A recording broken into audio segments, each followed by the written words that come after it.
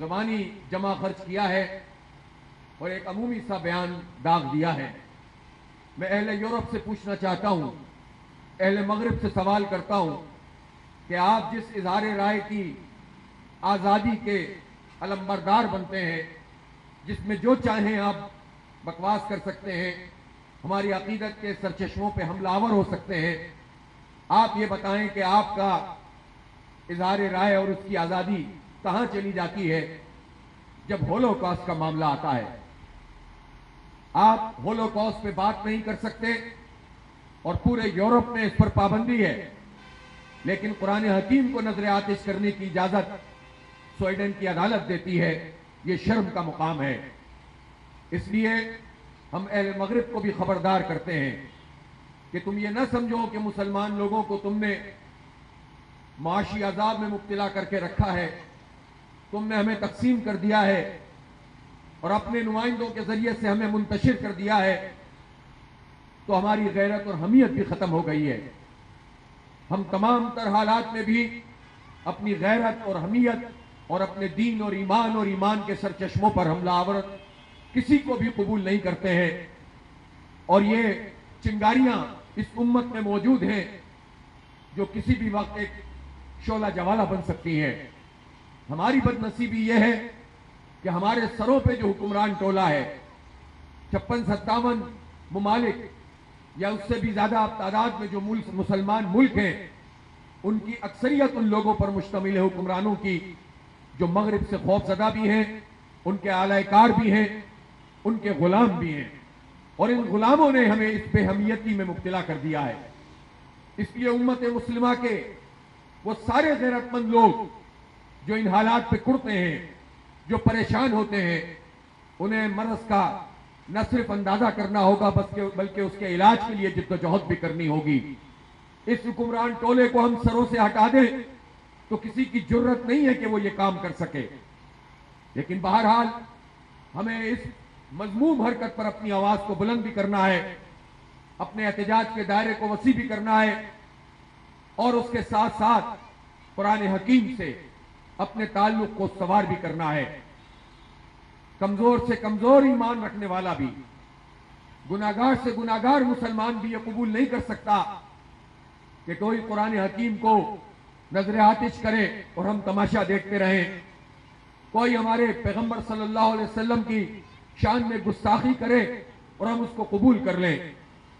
لیکن یہ بھی بہت اہم بات ہے کہ یہ اللہ کی کتاب یہ انقلاب برپا کرتی ہے، یہ نظاموں کو تبدیل کرتی ہے، یہ ایک غالب تہذیب رکھنے والی کتاب ہے، یہ انسانیت کو امن کا پیغام دیتی ہے۔ لیکن جہاں ہم ان باتوں پر کڑتے ہیں کہ کوئی قرآن پاک کو نظر آتش کرے، وہاں یہ سوچنے کی بھی بات ہے کہ قرآن کے احکامات صبح و شام پامال کیے جاتے ہیں، صبح و شام اللہ کا حکم معطل رہتا ہے۔ ہم سب مسلمان ہیں، اللہ کا کلمہ پڑھتے ہیں، لیکن قرآن کے احکامات آپ پڑھتے چلے جائیے، جس کا تعلق اجتماعیت سے ہے، جس کا تعلق پورے سسٹم اور نظام سے ہے، جس کا تعلق سیاست اور ریاست سے ہے، ان سب دائروں میں انسان خنا بن بیٹھے ہیں اور انسانوں پر اپنی حاکمیت کے نظام کو قائم کیے ہوئے ہیں۔ لہذا ہماری یہ جد و جہد ایک ہمگیر جد و جہد ہے، ہمہ کی جد و جہد ہے۔ ہمیں اس دین کی بنیاد پر، قرآن و سنت کی بنیاد پر، نبی پاک صلی اللہ علیہ وسلم کی محبت اور آپ کی اطاعت اور آپ کی لائی ہوئی شریعت اور آپ کے دیے ہوئے نظام کی بنیاد پر پوری امت کو متحد کرنا ہے اور اپنی صفوں سے ان لوگوں کو نکالنا ہے جو مغرب کے اعلی کار ہیں اور جو ان امور کے اوپر بھی اپنی آواز کو بلند نہیں کرتے۔ میں حکومت پاکستان سے بھی مطالبہ کرتا ہوں کہ محض قرارداد پاس کر دینے سے، سفیر کو طلب کرنے سے، بات چیت کرنے سے مسئلہ حل نہیں ہوتا۔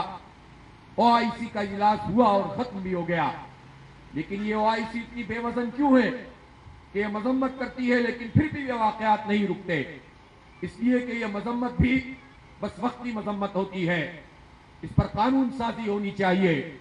اقوام متحدہ کے چارٹر میں یہ بات شامل ہونی چاہیے کہ ہمارے عقیدت کے سرچشموں پر کوئی ملک اگر حملہ آور ہوگا تو پوری اقوام متحدہ اس کا بائیکاٹ کرے۔ اس کا سوشل بائیکاٹ کرے، اس کا معاشی بائیکاٹ کرے. جب تک یہ آواز اور یہ قانون سازی نہیں ہوگی، اسی طرح ہرزہ سرائی کرنے والے لوگ موجود رہیں گے اور بار بار ہمارا امتحان لیتے رہیں گے. یہ OIC کے لوگ اگر یہ کام نہیں کرتے ہیں، یہ ہماری آواز بلند نہیں کرتے، یہ بین الاقوامی ایوانوں میں ہمارا مسئلہ پیش نہیں کرتے، تو اس کے لیے پھر ہمیں ان کے خلاف اٹھ کر کھڑا ہونا پڑے گا.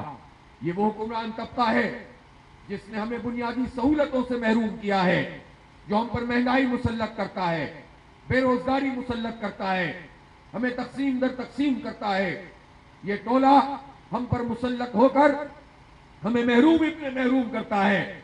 اور پھر جب ایسا موقع آتا ہے، معیشت کو یہ تباہ کر چکے ہیں، جب غیرت دکھانے کا موقع آئے تو کہتے ہیں کہ ہماری معیشت اچھی نہیں ہے، لہذا ہماری بات میں وزن نہیں ہے. ہماری معیشت بہت اچھی ہے، بہت اچھی ہو سکتی ہے اگر تم ہمارے سروں پر سے ہٹ جاؤ. زمین خزانے اگلے گی، آسمان سے رحمت کی بارش ہوگی.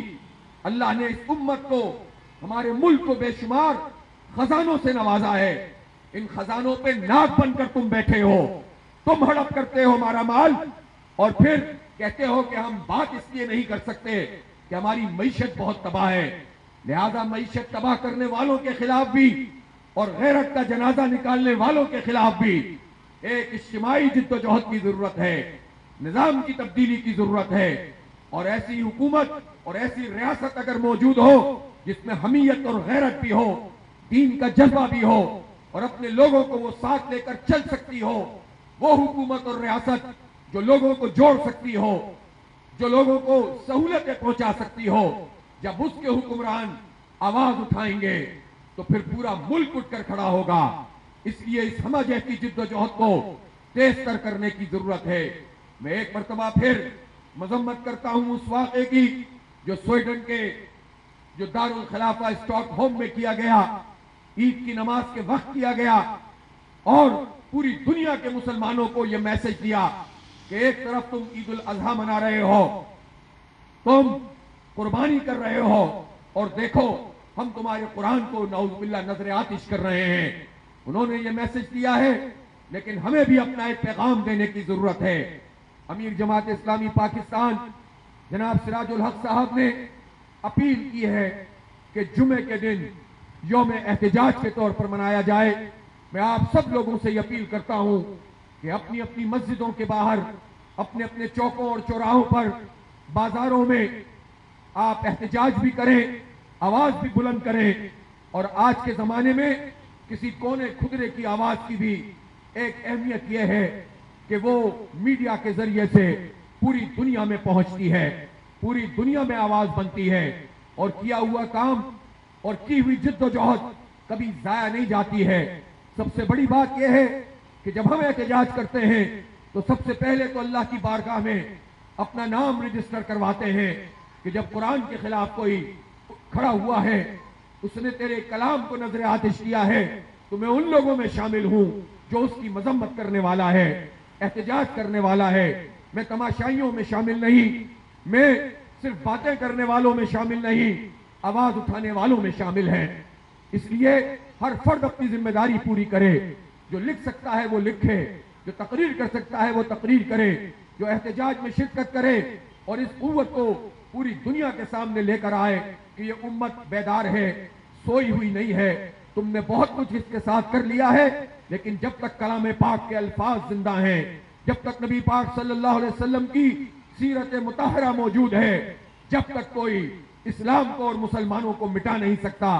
اور انشاءاللہ اسلام میں ایک مرتبہ پھر پوری دنیا کا غالب نظام بنے گا. دین کا مطلب ہی نظام ہوتا ہے، اور جب یہ نظام بنے گا تو یہ جو فرق ہے جو دولت مندوں، طاقتور لوگوں اور محکوموں اور غریبوں کے درمیان ہے، اس فرق کو کم کیا جائے گا. جب اسلام نظام بنے گا تو عدل و انصاف کی بالادستی ہوگی. پھر کوئی امریکہ بدمست ہاتھی دندناتا ہوا عراق میں جا کر لاکھوں بچوں کو قتل نہیں کرے گا، بلکہ عدل و انصاف کی بنیاد پر ایسے ظالموں کو کیفر کردار تک پہنچایا جائے گا. پھر کسی کی جرت نہیں ہوگی کہ جس طرح چاہے کسی کے ملک میں گھس جائے اور لوگوں کو فتح کرتے ہوئے وہاں پر بدامنی پھیلائے. قتل عام کرے، ایسے سارے قاتلوں کو کیفر کردار تک پہنچایا جائے گا۔ جب اسلام کا نظام قائم ہوگا تو یہ لوگ جو اپنے اپنے معاشروں میں خدا بن جاتے ہیں، انسانوں کو محروم کرتے ہیں، انہیں تعلیم سے، انہیں روزگار سے، انہیں صحت کی سہولتوں سے محروم کرتے ہیں، تو یہ نظام ایسے جابروں کو لگام دے گا اور محکوموں اور مظلوموں کی آواز بنے گا۔ اس لیے اس نظام کی جد و جہد کے لیے آگے بڑھیے اور آگے بڑھتے چلے جائیے، یہی ہماری منزل ہے۔ دنیا میں اللہ کا کلمہ سر بلند ہو اور آخرت میں ہمیں نجات ملے، ہم اللہ کے حضور جب حاضر ہوں تو یہ کہہ سکیں کہ ہم سے جو ہو سکا وہ ہم کر گئے ہیں۔ اللہ تعالیٰ تو ہمیں جنت میں جگہ عطا کر دے۔ وآخر دعوانا ان الحمدللہ رب العالمین۔